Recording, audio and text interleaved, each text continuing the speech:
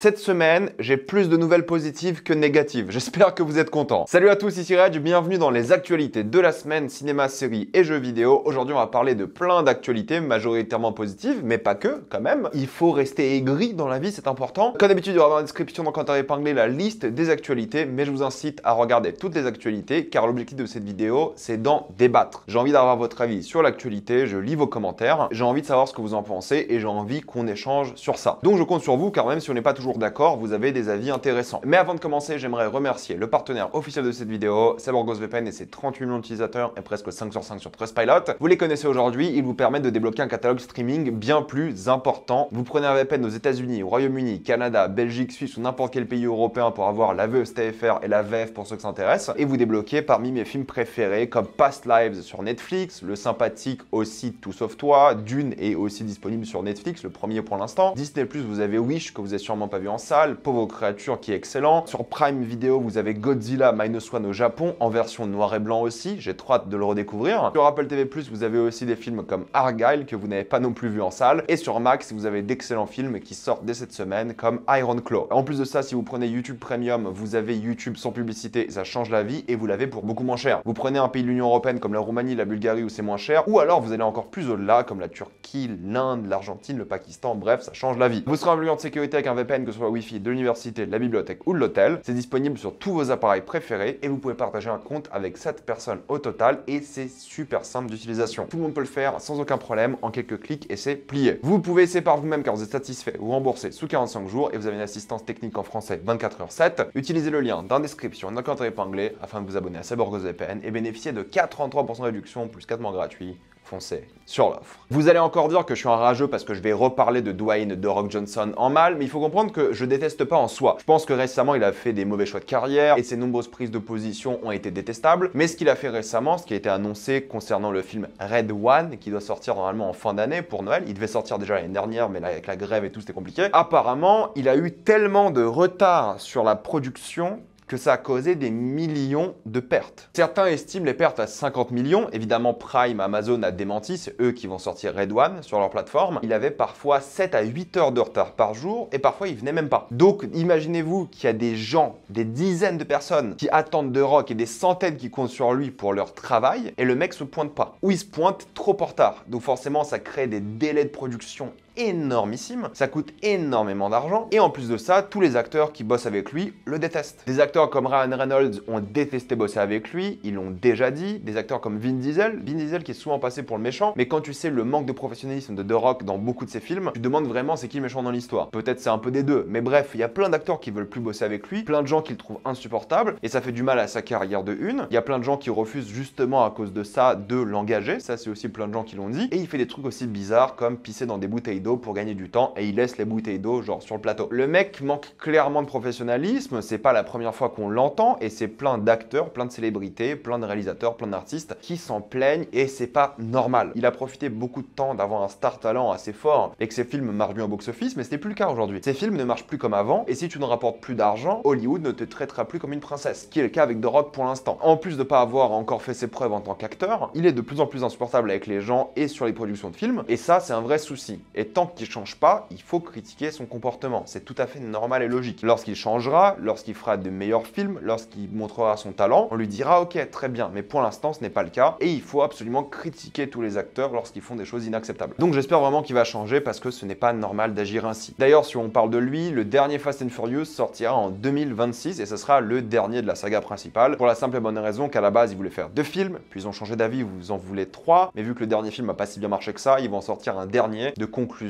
dans 2 ans, ce qui me semble être la chose logique. De toute façon, la saga semble clairement s'essouffler, et en termes d'inventivité de film, et en termes de box-office. Donc il est temps d'arrêter. Un nouveau film Astérix Obélix en live action a été confirmé. On ne sait pas qui va s'en occuper, mais apparemment, c'est quelqu'un qui va faire beaucoup plaisir aux fans, mais on ne sait pas encore qui c'est. Cependant, c'est un peu teasé comme une super superbe acquisition, comme quelqu'un vraiment inventif, génial, qui va rendre tout le monde heureux. Aucune idée de qui c'est. Il y a plein de gens qui disent que c'est la bande à Fifi, mais eux, ils sont occupés sur Marsupilami. Il y a plein de théories, mais on va attendre une annonce officielle qui ne devrait pas tarder. Mais non, ça ne sera pas le retour de l'équipe de Guillaume Canet, et ça fait plaisir. Petite actualité intéressante, c'est Wesley Wang, un étudiant d'Harvard de 19 ans, qui a fait un petit court-métrage qui a diffusé sur YouTube. Il s'appelle Nothing Except Everything, qui a été donc vu par plein de personnes, dont Darren Aronofsky, qui lui a dit de quitter Harvard et de venir faire un long métrage pour lui. Le gars a quitté Harvard et il va bosser avec Darren Aronofsky, ce qui est quand même assez fou. Et ça prouve juste une chose. Alors oui, il faut être bien connecté, et Harvard, c'est déjà être bien connecté, mais ça prouve surtout le fait que pour bosser dans ces métiers-là, tous les métiers du cinéma, il faut pratiquer. Pour être réalisateur, il faut faire des courts-métrages, il faut commencer avec son téléphone, il faut faire constamment. Pour tous les métiers, il faut faire. Les écoles peuvent vous aider, bien sûr, mais il faut faire. Il faut créer, il faut avoir des idées, il faut avoir du talent, il faut se faire de l'expérience. Et ici, c'est une belle preuve que c'est le cas. Le gars n'a que 19 ans. On a hâte de voir ce que ça va donner, et le court-métrage est sympathique aussi. Il m'a pas rendu fou, mais je comprends pourquoi ils veulent en faire un long film. Megalopolis a enfin eu le droit à une bande-annonce, enfin une bande-annonce, plutôt une sorte de teaser, parce qu'ils ont montré une scène plus ou moins complète du film. On voit un peu l'esthétique du film, on voit un peu les capacités, le pouvoir du personnage d'Adam Driver qui peut arrêter le temps. On voit un peu l'idée du film sans trop en révéler. Le film sera évidemment diffusé à Cannes la semaine prochaine en compétition, donc on a hâte de voir une bande-annonce finale. Apparemment le film déjà divise. Il a quand même mis un message, Francis Ford Coppola, un message sur Instagram en diffusant justement cet extrait et en disant qu'aujourd'hui aurait été l'anniversaire de sa femme qui est décédée il y a quelques semaines. C'est un message qui fait chialer parce qu'il aurait adoré vivre la sortie de son film qu'il prépare depuis des décennies avec sa femme avec laquelle il a été marié pendant des décennies aussi. C'est quand même assez touchant de sortir la première bande-annonce pour son anniversaire et en même temps oui, ça fait pleurer. Et si on parle de choses qui font pleurer, Bernard Hill nous a quittés aussi à l'âge de 79 ans. Vous le connaissez sûrement pour son rôle de Théoden dans Le Seigneur des Anneaux ou du capitaine dans Titanic. Il a inspiré beaucoup des gens de ma génération aussi, c'est clairement la mienne. J'ai grandi avec ces deux films, donc il va évidemment nous manquer. J'ai un sondage et une statistique à vous partager concernant les États-Unis premièrement. 92% des sondés, il y avait plus de 2000 personnes qui ont été sondées, veulent que leur film dure moins d'1h30, avec uniquement 2% des sondés qui apprécient les films de 2h30 et plus. Écoutez, c'est un débat que je trouve assez stérile et qui est assez triste, parce que oui, les films d'1h30 c'est bien. Oui, les films de 2h30 c'est bien.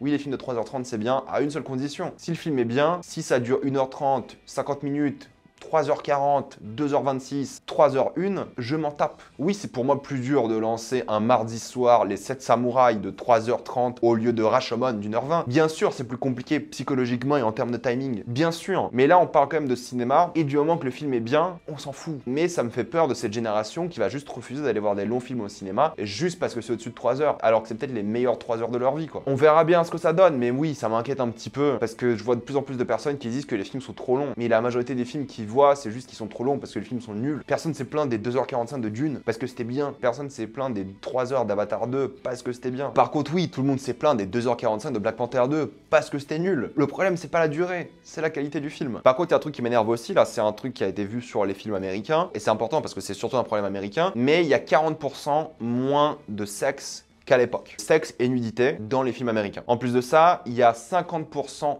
plus de films qui n'ont pas du tout de contenu sexuel. Et pour moi, ça, c'est un énorme problème. Et vous allez encore dire, je suis un détraqué, je m'en fous de votre avis, c'est pas le sujet de détraqué. Et d'ailleurs, à chaque fois que je dis ça, il y a beaucoup de gens qui disent que je parle avec ma main dans le caleçon. Si vous voyez des films dans votre vie, vous comprenez déjà que 99,9% des scènes de sexe dans les films ne sont pas faites pour être excitantes. Généralement, au contraire, elles sont faites pour déranger ou pour causer des vrais soucis. J'exagère peut-être avec le 99,9, il y a quelques exceptions où le but c'est d'être excitant pour des raisons cinématographiques, mais personne n'a sa main dans son slip lorsqu'il regarde un film. Mais normalement, dans la majorité, très grande majorité des films, lorsqu'il y a une scène de sexe, tu n'es pas émoustillé, quoi, disons-le. Mais pour moi, il y a un vrai souci parce que, surtout aux États-Unis, on se dirige vers une société bien plus puritaine qu'avant et le puritanisme n'est pas bon. N'est pas bon, ça crée des frustrations, ça crée des vrais soucis. Vous avez le droit d'être puritain dans votre vie personnelle, mais limiter l'art par puritanisme ou boycotter des arts parce qu'il y a du cul, pour moi, c'est un vrai manque de maturité. Vous avez le droit de pas aimer, mais pour moi, ce n'est pas légitime de s'en plaindre. Surtout que la très grande majorité des scènes de sexe sont plus que vitales aux œuvres que vous voyez. Les gens qui disent que les scènes de sexe sont inutiles, c'est juste parce qu'ils regardent des séries Netflix où il y a du cul pour rien. C'est la seule explication. Parce que si vous regardez du cinéma et des films et des séries de qualité, le sexe est toujours important. Et pour moi, ça crée un vrai problème parce qu'on va commencer à cacher les hommes, les femmes, on va commencer à avoir honte du sexe, alors que le sexe, c'est quelque chose de beau, c'est quelque chose de mature, c'est quelque chose d'émotionnel, c'est quelque chose qui peut être tellement puissant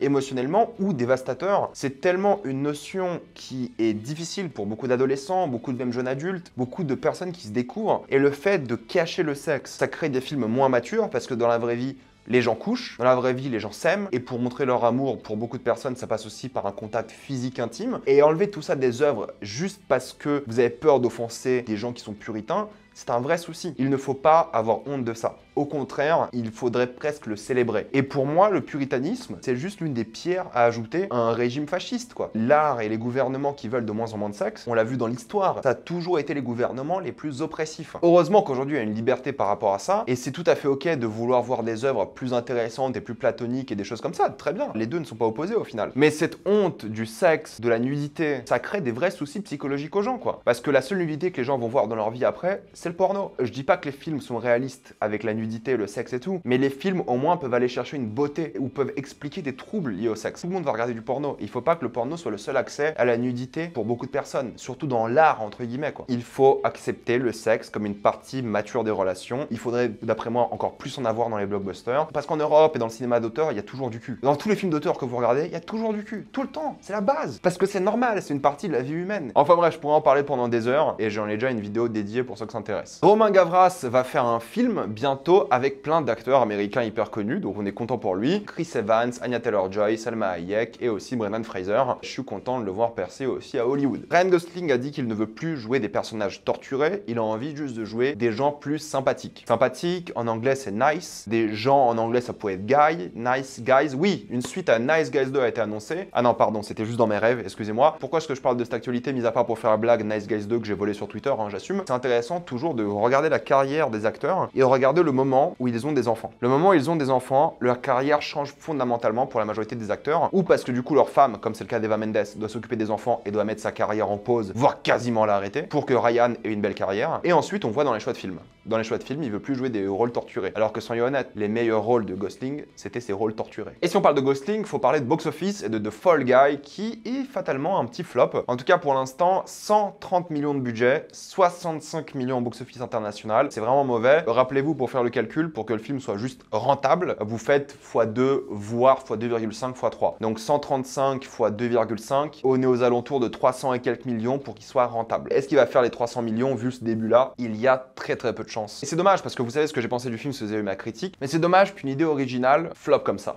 Parce que du coup, qu'est-ce qui va se passer? On va se taper que des suites. D'ailleurs, ils veulent faire une suite. Mais si le film n'a pas de succès, ils vont pas faire de suite. C'est évident. Et c'est vraiment triste, au final, que les idées originales flopent comme ça et qu'il y ait forcément quasiment toujours besoin de faire des suites. Côté français, par contre, un petit truc en plus, Dartus cartonne. Pour le coup, avec plus de 1 million d'entrées en un peu moins de 6 jours. Énorme carton. Je n'irai pas le voir. Oui, on m'a dit que c'est bien, mais les comédies populaires françaises, même si c'est bien, c'est touchant, peut-être je le regarderai sur Canal dans 4-5 mois, mais au cinéma, j'ai pas envie de voir ça. J'ai plus la patience. Et tant mieux, je suis content pour son succès. Apparemment, il est bien, mais ça sera sans moi. Présumé innocent avec Jake Gyllenhaal a montré sa première bande-annonce. Ça a l'air plutôt pas mal du tout. C'est une série Apple TV+ qui va sortir le 13 juin. Le mois de juin sera très costaud. Ça a l'air divertissant. Je pense qu'on en parlera sans trop de soucis. Et si on parle aussi de bande-annonce, la dernière bande-annonce de The Boys a été diffusée. Pareil, je crois que la série sort le même jour, le 13 juin, si je dis pas de bêtises. Et oui, la bande-annonce a l'air pas mal. Mais je commence à me dire qu'il serait temps d'arrêter un peu The Boys. Parce que cette bande-annonce, on dirait juste ce que j'ai vu pendant 4 saisons déjà. Et j'en doute pas que la saison 4 sera excellente et bien, mais j'ai l'impression qu'on tourne déjà un petit peu en rond. Je vais sûrement fermer ma bouche lorsque la saison 4 sortira, mais pour l'instant j'ai l'impression de voir la même chose que j'ai vu plein de fois et j'ai peur que cette série traîne en longueur jusqu'au point où elle soit trop répétitive. Ouais, encore une saison où les gentils vont essayer de tuer Homelander. Encore une 5e et dernière saison s'il vous plaît, mais encore une fois peut-être je vais changer d'avis très rapidement. Et si on parle de cet univers-là, Gen V ne recastera pas le personnage de Chance Perdomo qui est décédé il y a quelques mois déjà. Ils ont décidé de changer les intrigues pour complètement exclure son personnage et écoutez, je comprends, je suis pas très fan de cette culture de cinéma qui refuse de recaster les gens. Pour moi, si quelqu'un malheureusement décède, si quelqu'un n'est plus disponible, recaster un personnage, c'est tout à fait normal. C'est acceptable aussi qu'ils ne le fassent pas. Ce n'est pas une critique de ma part les concernant. Ils font ce qu'ils veulent, hein. Mais j'aime pas trop cette mode où on se refuse de recaster les gens. Pour moi, ce n'est pas un manque de respect de recaster un personnage. C'est juste tout à fait normal. Quelques news Disney avec La Planète des Singes qui sort donc demain et j'en ferai une critique évidemment demain. Je suis en train de me refaire tous les films. Et ce qui est intéressant, c'est que sur la version 4K du film qui sortira, j'imagine, à l'été, il y aura une version sans les effets spéciaux singes. Donc Donc ils vont sortir le film avec les gars en costume et en motion capture et tout évidemment. Et c'est trop une bonne idée parce que ça va juste montrer le travail de malade entre la version finale et la version tournée sur place. Ça donne trop envie. Et j'aimerais bien que d'autres films fassent ça. J'aimerais bien une version sans les effets spéciaux, je sais pas, de créatures, d'Avatar. Alors oui, Avatar c'est un peu spécial parce que c'est filmé genre dans un gymnase ou dans un entrepôt si vous voulez. Et c'est complètement différent évidemment. Là où la planète des singes ils ont tourné en vrai dans des vrais endroits et tout. En tout cas dans des décors qui ressemblent à des vrais endroits plutôt qu'un gymnase. Mais il y a plein de films où je me dis ouais ça pourrait être trop bonne idée d'enlever la motion capture et de laisser le film comme ça. Parce que de une ça montre le travail des effets spéciaux et ça montre le travail des acteurs aussi qui sont un peu masqués par les effets spéciaux aussi dans beaucoup de cas. Donc j'espère vraiment que ça va devenir une mode parce que de une c'est stylé et de deux ça donne aussi envie d'acheter le contenu Blu-ray et c'est cool d'acheter des Blu-ray. Chris Hemsworth regrette Thor 4, non pas le film forcément mais la manière dont il a surjoué, la manière dont il était trop excentrique et vous savez que je défendrai toute ma vie de Thor 4 justement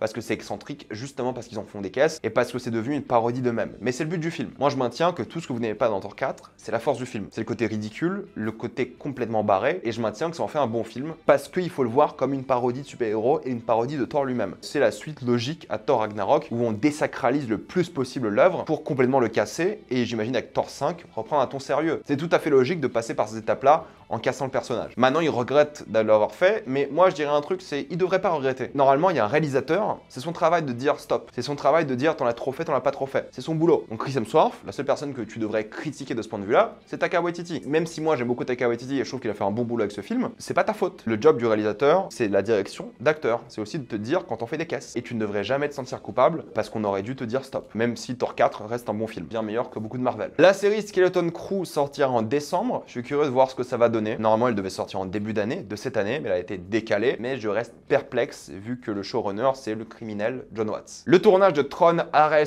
s'est achevé. Le film sortira en octobre 2025 et Jeff Bridges sera de retour. Je suis content du retour de Jeff Bridges. Le film me fait peur, mais quand même bénéfice du doute. Quelques news Netflix assez tristes. Premièrement, Catherine Bigelow avait un film de prévu avec Netflix, mais le film a été annulé. Catherine Bigelow, c'est quand même l'une des femmes réalisatrices, si ce n'est pas la femme réalisatrice actuelle la plus connue, la plus prestigieuse, oscarisée, qui a fait des films cultes. Et Netflix annule son film. Déjà qu'il n'a pas trouvé de financement pour sortir en salle, Netflix a l'audace d'annuler son film. Alors premier problème, deuxième problème, c'est quoi? Ils ont annulé le film de David Lynch. David Lynch, pareil, impossible de faire des films, aucun studio ne veut financer son film. Je crois que c'était son film d'animation, celui-ci. Est-ce que c'est normal qu'un gars comme David Lynch, qui est l'un des cinéastes les plus influents de ces 50 dernières années, ne puisse pas faire de film? Et que Netflix ose annuler ses films? Non, ce n'est pas normal. Netflix continue les bêtises avec Emily in Paris qui sera coupée en deux parties. Vous savez, partie 1, partie 2 sortiront à quelques mois d'écart. Encore une fois, ridicule. Même pas quelques mois là, c'est quelques semaines. Je crois que c'est août et septembre. Et pire que ça, Cobra Kai divisé en 3 parties. 3. Je pense qu'à la base, la série devait être divisée en 2 parties. Mais vu que le film Karate Kid a été décalé de décembre à mai, je pense qu'ils ont décidé de sortir la partie 3 un peu en même temps que la sortie du film pour justement garder la hype concernant la série. Mais c'est ridicule. Assumez, sortez semaine par semaine. Parce que là, sortir en 3 parties, c'est comme sortir semaine par semaine, ou presque. Surtout à 2-3 mois d'écart à chaque fois, c'est ridicule. Première image de Superman, image officielle a été montrée et plein de gens détestent le costume. Moi, je l'aime bien. J'aime bien parce que ça fait à la fois côté très Krypton alien avec les nombreux traits sur le costume et les textures étranges, pointilleuses, des lignes assez étranges qui font pas très costume humain, mais à la fois genre ses bottes, sa cape et tous ces éléments là font très humain. Du coup ça fait un côté très homemade Kansas et l'autre côté alien. Et j'ai l'impression que c'est un peu un hommage des deux. Évidemment il y a le slip, je trouve que c'est une bonne idée et puis j'aime bien les couleurs. Ouais, j'aime bien le costume et j'aime bien le côté un peu plus optimiste à la chose tout en gardant une texture un peu étrange. Peut-être je bullshit et au final il y aura rien de tout ça dans le film, mais je suis pas du tout insatisfait de ce que j'ai vu. Furiosa sort dans 2 semaines, la hype est colossale me concernant, plus on se rapproche plus la hype grandit, mais George Miller réfléchit à faire un prequel à Fury Road, 1 an avant les événements Fury Road. L'histoire est déjà complète, ils écrivent le script et ils aimeraient bien le faire. Je pense que tout dépendra du succès de Furiosa, mais honnêtement, j'y crois au succès de Furiosa et j'ai très hâte de le voir. Très bonne nouvelle concernant Max. Max sortira le 11 juin avec 3 abonnements, vous savez les classiques, 5,99 avec pub, 9,99 avec 2 écrans et la HD, et 13,99 avec la 4K et des choses comme ça, et vous avez même un supplément sport si vous voulez. Mais, du coup, qu'est-ce que ça veut dire? Si vous avez le Pass Warner, vous pouvez le garder. Le Pass Warner deviendra le Pass Max, et ça deviendra une chaîne Max comme sur toutes les autres chaînes Amazon Prime. Et du coup, vous allez avoir l'abonnement 9,99. Logique. Mais Très bonne nouvelle, Max sera inclus dans Canal. Max sera inclus dans Canal normalement gratuitement pour les abonnés RA+, Family, Canal Ciné Série comme moi. Moi je paye 45 € par mois je crois aujourd'hui pour toutes les plateformes Netflix, Disney+, Apple, Canal. Et Max va s'ajouter à ça. Ça sera peut-être l'abonnement avec publicité, on sait pas encore, ou peut-être l'abonnement à 9,99 €. Et il y aura sûrement un moyen de payer pour le supplément 4K. Mais on ne sait pas si Max sera inclus dans Canal+, donc dans MyCanal comme Apple, ou on ne sait pas si ce sera un abonnement Max comme pour les autres plateformes type Disney+ et Netflix. J'espère que c'est en dehors de MyCanal parce que honnêtement, Canal, j'adore ce que vous faites par rapport à ça, bravo, mais MyCanal est de loin la pire interface de l'histoire des plateformes de streaming. C'est catastrophique. Ça ne va pas du tout. Sur mon téléphone, ça bug constamment, ça ne marche jamais correctement. Sur ma télé LG, il n'y a pas la 4K sur beaucoup de séries parce que LG et MyCanal ne sont pas compatibles. Oui, c'est vrai, j'en ai parlé avec des gens de Canal. Ils sont en train de travailler dessus par contre, donc ça c'est bien. Proposez-le en dehors de MyCanal, s'il vous plaît. Mais en tout cas, c'est une très bonne nouvelle et merci Canal parce que Canal, pour le coup, est assez précurseur. C'est quelque chose qu'on va voir dans tous les pays. Il y aura des packages et Canal l'ont fait avant tous les autres pays, en tout cas que je sache. Donc c'est une très très bonne chose, bravo Canal. Mais s'il vous plaît, quelques efforts sur MyCanal. Ensuite, quelques news jeux vidéo avec Hades 2 que je n'ai pas encore fait, en tout cas pas le premier, qui est sorti en Early Access et apparemment la version Early Access a plus de contenu que le jeu final, le premier. Donc c'est une très bonne chose, les critiques sont déjà excellentes. J'ai envie de faire le 1 et du coup le 2. Bravo aux développeurs et bon courage pour le développement. De l'autre côté, polémique Helldivers 2 qui apparemment est très bien, mais j'ai pas le temps de jouer à des jeux vidéo, c'est la triste vérité aujourd'hui. Helldivers 2, tout le monde a crié au scandale récemment parce que sur PC, il fallait du coup avoir un compte PSN. Si vous avez le jeu sur Steam, il fallait quand même créer un compte PSN et y jouer. Et je me suis dit, oh les joueurs PC, dont je fais partie, je suis un joueur PC à la base, je me suis dit, putain, vous êtes des pleureuses parce que lorsque c'est Rockstar, lorsque c'est Ubisoft, ça vous dérange pas de faire un compte en plus de Steam. Le truc, c'est que je ne savais pas que le PSN n'était pas disponible dans 170 pays, je crois. Donc il y a plein de gens qui ont acheté Helldivers 2 qui pouvaient plus y jouer parce que le PSN n'était pas disponible dans leur pays. Steam a dit que peu importe si vous avez joué 20 heures à Helldivers ou 100 heures ou 3 heures, vous pouvez vous faire rembourser le jeu. Plein de gens ont remboursé le jeu, plein de gens ont mis des avis négatifs sur Helldivers 2. Et Helldivers 2, c'est 60% du marché. Et il y a 40% des ventes qui ont été faites sur PS5 et 60% sur PC. Donc c'est un énorme marché. Et Sony, du coup, a vu les critiques négatives, a vu les demandes de remboursement exploser. Du coup, ils ont annulé les choses. C'est une bonne chose. Je pense qu'il faut assumer dès le début. Quand tu sors un jeu multijoueur, parce que c'est ce qu'ils vont faire avec Ghost of Tsushima sur PC là, qui aura une version multijoueur. Quand tu sors un jeu multijoueur, il faudra se connecter avec le PSN. Mais dis-le dès le début. N'ajoute pas ça 4 mois après la sortie du jeu. Et surtout dans les pays où il n'y a pas de PSN. Ou trouve une alternative pour ces pays-là où tu leur fais un compte Sony ou un compte PlayStation qui n'est pas un compte PSN. Mais permets-leur de jouer quoi. Mais bon, ils ont changé, c'est une bonne chose. Et pour finir, Alan Wake 2 n'a pas encore remboursé ses frais de développement. Le jeu est sorti il y a 6 mois, apparemment il est excellent. Encore une fois, j'ai pas eu le temps d'y jouer. Et je sais que c'est le genre de jeu que je vais beaucoup aimer. Mais je pense même pas y jouer un jour pour plusieurs raisons. Alors oui, c'est Epic Games qui a financé le jeu. Mais je refuse d'acheter des jeux sur Epic Games. Moi, je suis un joueur PC, je suis un fanatique de Valve, de Steam. J'achète tous mes jeux sur Steam ou je les achète pas. Pour moi, ça s'arrête là. Du coup, je me suis dit, bah, je vais acheter le jeu sur PS5. Apparemment, maintenant, il y a un mode 60 FPS. Apparemment, maintenant, il tourne plutôt bien. Donc, si j'achète le jeu, ça sera sur PS5. Mais c'est vrai qu'Alan Wake 2 n'était ni sur Steam, ni en version physique. Donc, forcément, tu perds tellement un gros marché. Mais après, c'est compréhensible qu'ils aient sur le 100% numérique. Moi, j'ai mes jeux PS5 en physique. J'ai tous mes jeux Steam numériques. Mais c'est compréhensible parce qu'un jeu physique, vous pouvez le revendre. Et sur le marché d'occasion, les développeurs se font 0 € quoi. Mais bon, encore une fois, il faut sortir ces jeux en physique. Il faut sortir ces jeux sur Steam. Ça va motiver les gens à les acheter. Et rapidement, pour parler des sorties de la semaine qui m'intéressent. Premièrement, vous avez évidemment La Planète des Singes, dont je ferai la critique demain. Blue & Company, je ferai la critique jeudi, je pense, si le film m'intéresse et je trouve qu'il y a des choses à dire. Et comme un lundi, je pense que j'en parlerai en fin de mois avec le résumé mensuel que je fais. Parce que c'est aussi un film qui m'intéresse au final. Côté streaming, j'ai rien vu d'intéressant, en tout cas me concernant moi, mais si vous avez vu quelque chose, mettez-moi ça dans les commentaires. Merci à tous d'avoir regardé cette vidéo. Mettez-moi votre avis sur tout ce que j'ai dit là en commentaire. Comme d'habitude, pensez à vous abonner à la chaîne pour voir les prochaines vidéos. Mettez un j'aime, ça aide beaucoup la chaîne. Suivez-moi sur tous mes réseaux pour plus de débats, critiques et actualités. Et avant de quitter cette vidéo, pensez à utiliser le lien dans la description, dans le code épinglé, afin de débloquer toutes les plateformes de streaming en toute accessibilité et sécurité. Tout ça pour 2,03 € par mois plus 4 mois gratuits. Foncez sur l'offre et moi je vous dis à la prochaine fois. Salut à tous.